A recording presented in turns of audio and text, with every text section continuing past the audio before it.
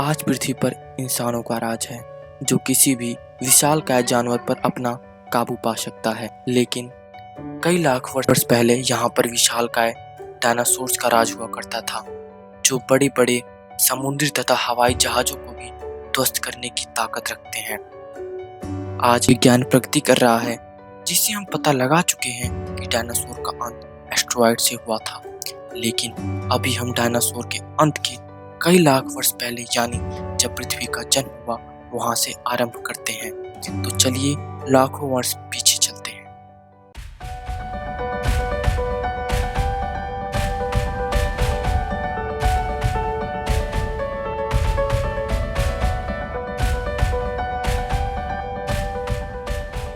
Hello दोस्तों, मैं आदर्श आपका स्वागत करता हूँ। गैलेक्सी के बीच का स्थान जहाँ पे बहुत सारे गैस, डस्ट, रेडिएशन का जमावड़ा था, यहाँ पर सबसे ज्यादा हाइड्रोजन गैस की मात्रा थी। म्यूचुअल ग्रेविटेशन इंटरेक्शन के कारण ये सारे गैस तथा डस्ट एक दूसरे के पास आने लगे, जिससे एक महान प्रेशर बना और एक विस्फोट के साथ सूर्य का जन्म हुआ। इसे हम आज नेबुला के नाम से जानते हैं। सूर्य के ग्रेविटेशन के कारण आसपास के गैस, कण और चट्टान आपस में जुड़ने लगी। ऐसे ही मिलकर पदार्थ एक गोले का रूप लेने लगे, जिससे सौरमंडल का निर्माण हुआ। इसमें से हमारी पृथ्वी भी एक थी। अभी हमारी पृथ्वी एक धधकते हुए गोले के समान थी। लगातार इस पे एस्टेरॉयड की बारिश हो रही थी और ज्वालामुखी फट रहे थे। लेकिन ये एस्टेरॉयड धरती पर जीवन का कारण बने, क्योंकि यही एस्टेरॉयड अपने साथ बर्फ के कई सारे क्रिस्टल लेके आए, जिससे समुद्र का निर्माण हुआ और यह खनिज भी साथ लेकर आ रहे थे। तेजी से नाचती हुई पृथ्वी आग के गोले के समान धधक रही थी।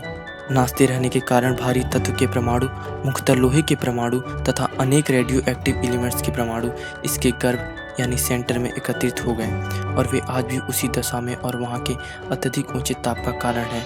पिघले हुए तत्वों का यह भाग भूकोर यानी कोर ऑफ द अर्थ कहलाया।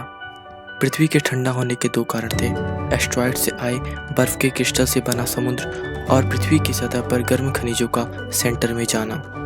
हाइड्रोजन, ऑक्सीजन, नाइट्रोजन तथा कार्बन ऐसे सबसे हल्के तत्वों के अणु पृथ्वी के बाहरी स्तर में फैले रहे। यही तत्व आज भी वायुमंडल का निर्माण करते हैं।